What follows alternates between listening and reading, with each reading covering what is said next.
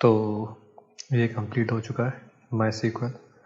अब हम एक काम करते हैं, हम माई सीक्वल का वर्जन देखते हैं कि हमने जो इंस्टॉल किया था 5.7 वो है कि नहीं है। तो इस पर अगर आपने माई सीक्वल डायरेक्ट चेक करना हो तो माई सीक्वल की लिख दें आप, तो खुद ही आपके पास शो कर देगा जो भी उसका खुद ही माई सीक्वल का इंटरफेस खुल जाएगा CLI। तो अभी हम ये कह रहे हैं कि can't connect to local MySQL server through socket. तो अभी इसमें इशू ये होता है कि माई सीक्वल की सर्विस स्टार्ट नहीं हुई होती। तो हम एक काम करते हैं, हम सर्विस चेक कर लेते हैं पहले माई सीक्वल की। माई सीक्वल डी स्टेटस, तो ये मुझे कह रहा है माई सीक्वल सर्विस इनएक्टिव है अभी। तो इसको हम स्टार्ट कर लेते हैं। इसकी सर्विस अभी स्टार्ट हो जाएगी। तो ये सर्विस अभी इसकी स्टार्ट हो चुकी है। अब हम इसका स्टेटस चेक करते हैं, ये हमारे पास एक्टिव रनिंग आ रहा है।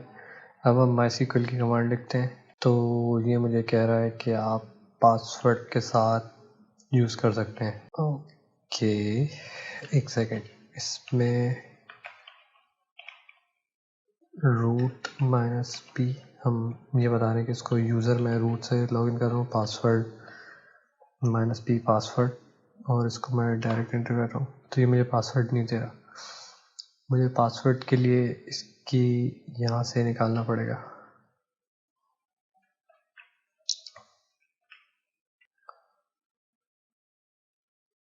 ये मुझे पासवर्ड मिल जाएगा, मैं इससे लॉगिन करूँगा। आप ये मेरे पास लॉगिन हो चुका है। मैं इसकी स्क्रीन क्लियर कर दी मैंने, इसको मैं पर एग्जिट करता हूँ।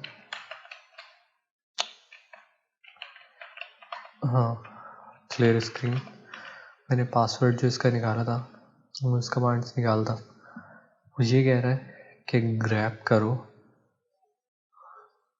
अ टेम्पररी पासवर्ड इस फाइल के अंदर, वार की डायरेक्टरी के अंदर लॉग की डायरेक्टरी है, उसके अंदर माईसीक्वल डी डॉट लॉग की फाइल है, उसके अंदर जाके टेल का मतलब होता है लास्ट से आखिरी की -1, मतलब आखिरी की कमांड दिखा दो, आखिरी की लाइन दिखा दो बस। जैसे अगर आपके पास ये सारी चीज़ें लिखी हुई हैं तो इसमें जो टेल होगी वो आखिरी की ये वाली लाइन होगी, -1 सिर्फ ये वाली लाइन शो करेगा, -2 लिखेंगे तो ये दोनों लाइन शो करेगा। अगर आपके पास ये आपका टेक्स्ट है, ये अगर आपका टेक्स्ट है तो इसमें अगर मैं टेल की बात करूँ, टेल -1, तो वो सिर्फ ये लास्ट वाली कमांड है, लास्ट वाली लाइन है। टेल -2 ये 2 लाइन है, टेल -3 ये 3 लाइन है, बाय से लेके एंड तक। टेल -4 ये 4 लाइन है, टेल -5 ये 5 लाइन है। तो ये चीज़ होती है। तो ये पासवर्ड शो कर रहा है। अब हम इसमें पासवर्ड लगा लें, आप इसको हम देख लेंगे बाद में कि हमें अगर पासवर्ड पेस्ट कर दिया यहाँ पे और लॉगिन कर लिया। ये हम नेक्स्ट वीडियो में देखते हैं कि इसका पासवर्ड अगर हमें चेंज करना हो या पासवर्ड हटाना हो तो उसमें क्या चीज़ें, वो हम नेक्स्ट वीडियो में देखते हैं। अभी हम लैम्प सर्वर बना लें पहले। अभी तक हमारे पास PHP MySQL हो चुके हैं। अब हमारे पास जो चीज़ रहती है वो है अपाची। तो काम करते हैं, स्क्रीन क्लियर करते हैं और हम चलते हैं, इंस्टॉल करने के लिए चलते हैं। गूगल पे हम लिखते हैं इंस्टॉल अपाची ऑन CentOS 7। इस लिंक में देखते हैं।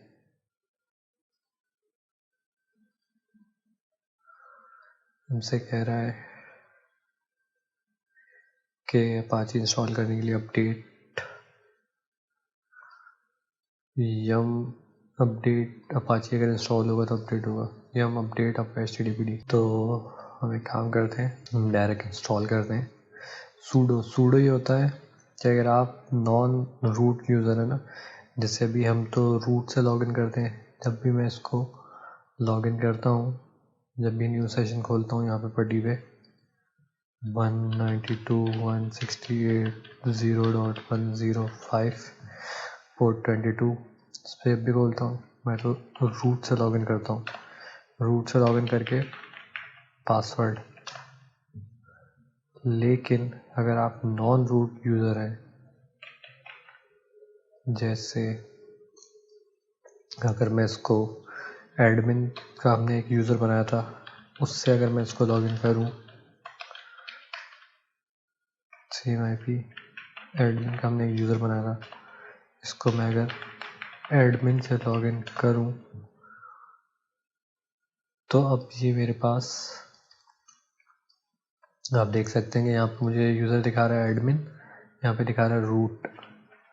ये एडमिन जो यूज़र है ये नॉन रूट यूज़र है। रूट यूज़र वो होता है एडमिनिस्ट्रेटर, मतलब जैसे विंडोज़ में होता है ना administrator, run as administrator. Root itself administrator होता है, और ये बाकी जो यूज़र होते हैं इनके पास इतनी प्रिविलेज नहीं होती। ये इसलिए दिखा रहा है कि अगर आपने सूडो इसलिए लगाते हैं, अगर आप नॉन रूट यूज़र हैं तो आप बोलते हो उसको कि भाई सूडो लगा दो सुपर यूज़र डू, ताकि मेरे पास सुपर यूज़र के राइट आ जाए। वो आपसे पासवर्ड पूछेगा, सूडो की आप कोई भी कमांड चलाएंगे तो वो आपसे पासवर्ड पूछेगा, और वो पासवर्ड अपना पासवर्ड इंसर्ट कर दें तो वो कमांड चल जाएगी। लेकिन अभी हम मोस्टली रूट से ही काम कर रहे हैं, इंस्टॉलेशन इसकी रूट से कर रहे हैं, तो हम सूडो लगाने की हमें ज़रूरत नहीं है। yum इंस्टॉल httpd, जो सेंटोस है, रेड हैट है, इसमें httpd होता है, और जो यूबंटू है या इस तरह के फ्लेवर है उसमें एप्ट-गेट का पैकेज चलता है, apt एप्ट। जैसे अभी हम yum यूज़ करते हैं ना, वहाँ पे चलता है एप्ट-गेट, और वहाँ पे httpd नहीं होता, वहाँ पे होता है अपाची 2 इस नाम से होती है सर्विस। खैर अभी हम सेंटोस देख रहे हैं तो इसमें httpd की सर्विस नाम से है। इसको इंस्टॉल कर लेते हैं। इसकी अभी हमसे पूछेगा ये कि ये कह रहा है ऑलरेडी इंस्टॉल्ड, हम install httpd base mirror php 4 पर package httpd CentOS already install.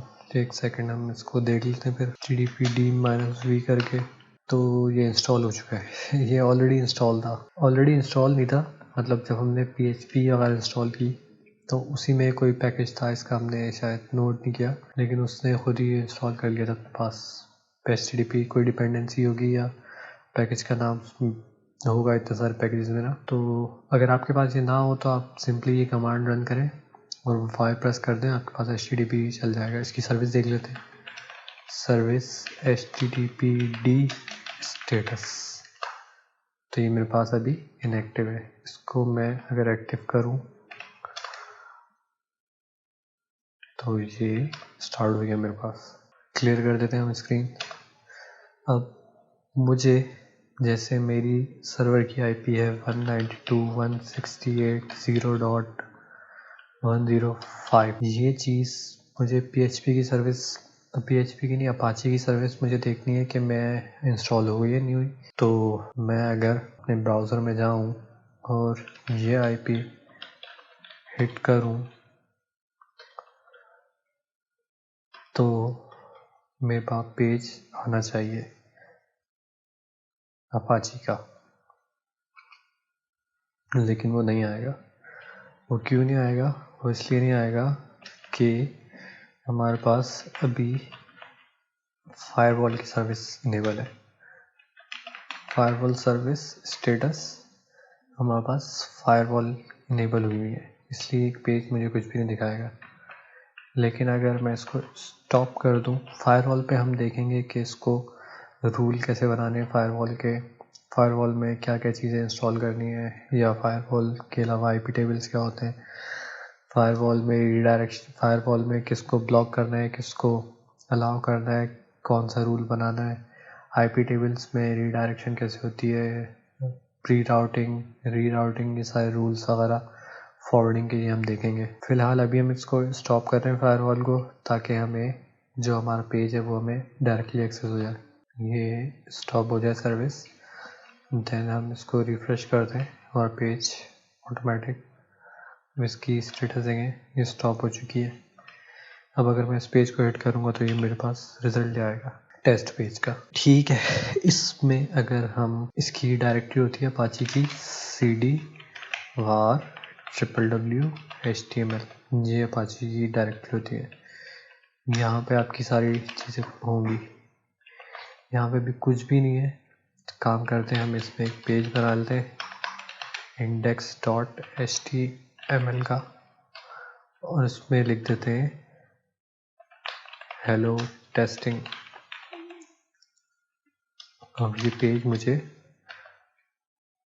वहाँ पे शो होना चाहिए यहाँ पे, तो ये मेरे पास आ गया हेलो टेस्टिंग इंडेक्स HTML का पेज आ गया मेरे पास, इंडेक्स जो भी बना था। इसी तरह अगर एक कमांड बनाए vim index.php, उसके अंदर जाके हम अगर लिखते हैं php इसके अंदर php info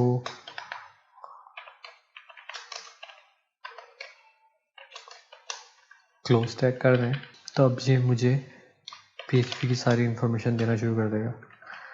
जैसे अगर मैं इसके साथ लिखूँ यहाँ पे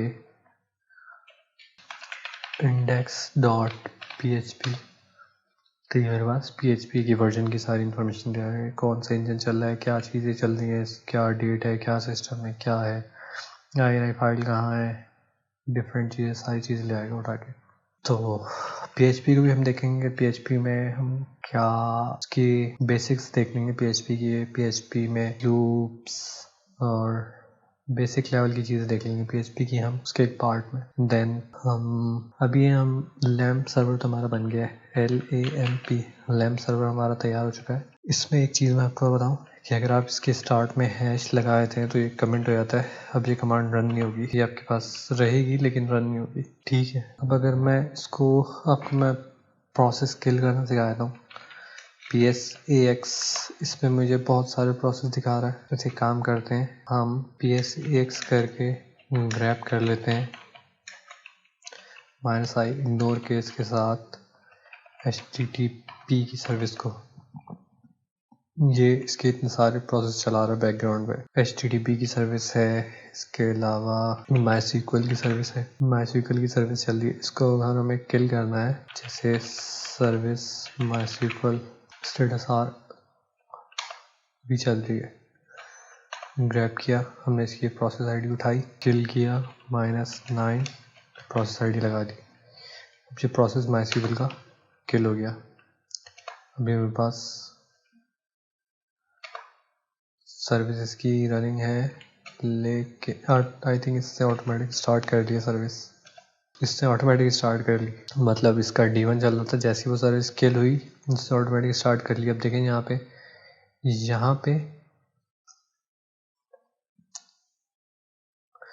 पे जब हमने चेक किया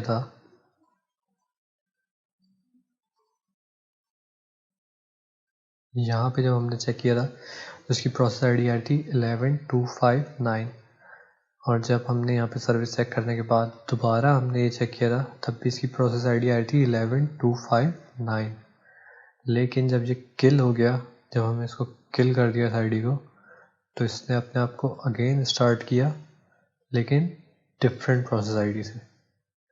दैट्स मीन कि ये सर्विस किल होने के बाद दोबारा स्टार्ट हुई है, इसकी प्रोसेस आईडी डिफरेंट है। तो प्रोसेस किल करने के लिए यही तरीका होता है। अब हम एक काम करते हैं, हम अपाची की सर्विस कैंसिल करके हम इंजन को इंस्टॉल कर लेते हैं। सर्विस HTTPD स्टेटस स्टार्ट है, इसको स्टॉप करते हैं। अब हमारे पास ये पेज नहीं आएगा, इसको मैंने रिफ्रेश किया, कैंसिल हो गया। ठीक है, अब हम क्या करते हैं, अब हम इंस्टॉल करते हैं engine service install Nginx on CentOS 7। हम सिंपली इस लिंक पे क्लिक करते हैं और इसमें सिंपल कमांड है इसकी भी, ईपेल की रेपोजिटरी ऐड कर लें अपने पास। Clear screen, EPEL release repository add हुई हुई है। वैसे ये बोल देगा मुझे कि ऑटोमेटिकली इंस्टॉल हुई हुई है, रेपोजिटरी ऐड हुई हुई है। तो ईपेल की रेपोजिटरी ऐड हो जाए, देन ये भी मुझे ये बता रहा है कि सूडो नॉन रूट यूज़र के लिए, लेकिन मैं तो रूट से ही लॉगिन किया हुआ मैंने। इसको बाय कर देना है, कंप्लीट। ठीक है, yum install nginx। Clear screen. I think मुझसे सी भी दब गया यहाँ पे। जी यही कह रहा है कि nginx सी कोई पैकेज नहीं है, सी कैंसिल करके एंटर करो। ओके, अब मैं आपको ये चीज़ दिखा रहा था, एक चीज़ मैं ये दिखा रहा था आपको कि आप जब ये इंस्टॉल करेंगे सिस्टम CTL स्टार्ट nginx, जैसे हम service nginx status start stop restart करते हैं, वैसे होता है सिस्टम CTL फिर स्टार्ट स्टॉप स्टेटस और सर्विस का नाम। इस तरह भी स्टेटस इसका चेक किया जाता है, इस तरह से चेक भी कर सकते हैं आप इसका स्टेटस। तो ये मुझसे पूछ रहा है nginx इंस्टॉल कर लूँ मैं अपने पास, मैं इसको बोलता हूँ यस। ये डाउनलोड करके इंस्टॉलेशन इसकी कंप्लीट हो गई। काम करते हैं, इसकी सर्विस देख लेते हैं। सर्विस nginx स्टेटस, तो ये मुझे कह रहा है कि सर्विस इनएक्टिव है, सर्विस डेड है, इनएक्टिव है। इसको स्टार्ट कर लेते हैं। सर्विस स्टार्ट हो गई है, इसका स्टेटस चेक कर लेते हैं। सर्विस स्टार्ट हो गई है। अब हम यहीं पे जाते हैं और ये सब हटा के सिंपली इसको हिट करते हैं, तो ये मेरे पास पेज आ गया इसका। तो nginx मेरे पास इंस्टॉल हो चुका है। इसकी आई थिंक डायरेक्टरी होती है //w। तो हमारे पास nginx भी इंस्टॉल हो चुका है और हमारे पास अपाची भी इंस्टॉल हो चुका है।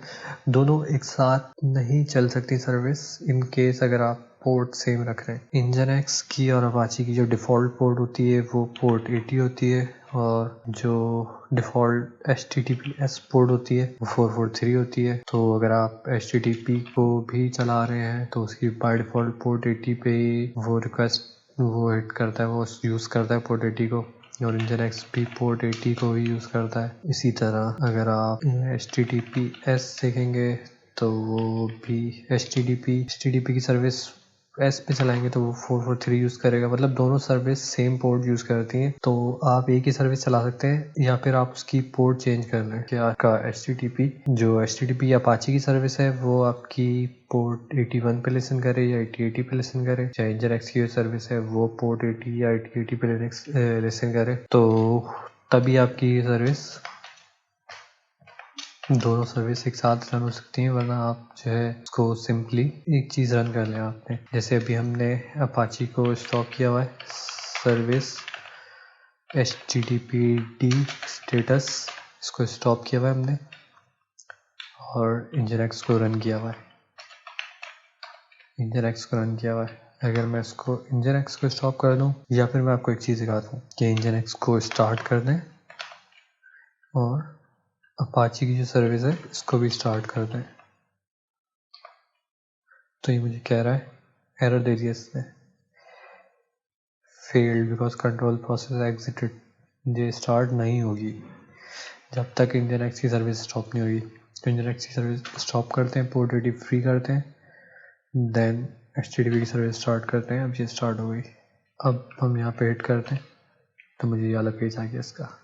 ये इसने मुझे nginx का पेज बाय डिफ़ॉल्ट दिखाया नहीं, nginx का वरना पेज या डायरेक्ट यहाँ पे हिट करने से nginx का पेज आ जाना चाहिए था जब हमने nginx हिट किया था। खैर उसकी वो डिफरेंट डायरेक्टरी का चक्कर होगा, लेकिन nginx हमारे पास इंस्टॉल हो चुका है।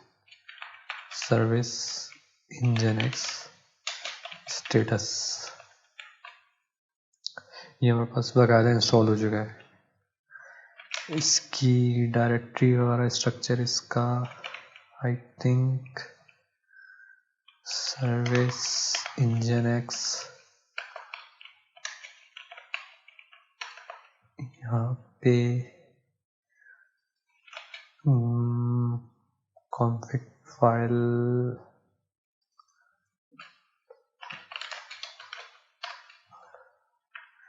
अगर मैं इसकी कॉन्फ़िगरेशन में देखूं तो ये रूट डायरेक्टरीज की ये होती है मे बी, ये देखें इसने पोर्ट दिखा रहा है ना, पोर्ट 80 पे लिसन करता है, उसकी रूट डायरेक्टरी ये होती है। यहाँ पे जाके यहाँ पे अगर मैं कोई पेज बना दूं, index1 कर लेते हैं, index1.html, vim index.1html, ये अभी हम nginx पे बना रहे हैं, और इस पे कर देते हैं टेस्ट nginx। तो अब मैं अपाची की सर्विस बंद करके अगर nginx की सर्विस ओपन करूं, स्टार्ट करूं, तो मुझे बाय डिफ़ॉल्ट जो भी हमने ये पेज लिखा था ये दिखाना चाहिए इसको, लेकिन ये नहीं दिखा रहा है, कुछ और चक्कर आ रहा है। मे बी ये इस पेज को दिखा रहा है। ये सॉरी, मुझे यहाँ पे लिखना भी चाहिए जो हमने इस पेज का नाम रखा था, हमने इस पेज का नाम ये रखा था, ये भी लिखना चाहिए हमें, तभी हमें ये वाला पेज दिखाएगा, वरना वो उसका जो बाय डिफ़ॉल्ट index.html पेज है वो शो करेगा।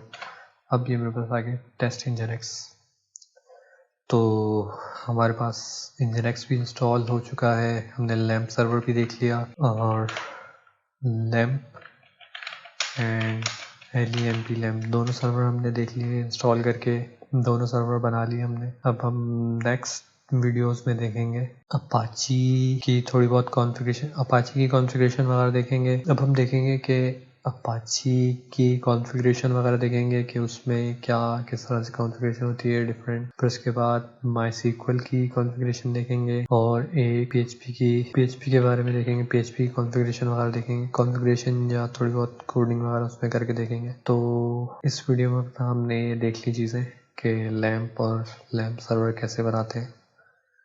तब नेक्स्ट वीडियो में मिलते हैं। Thank you.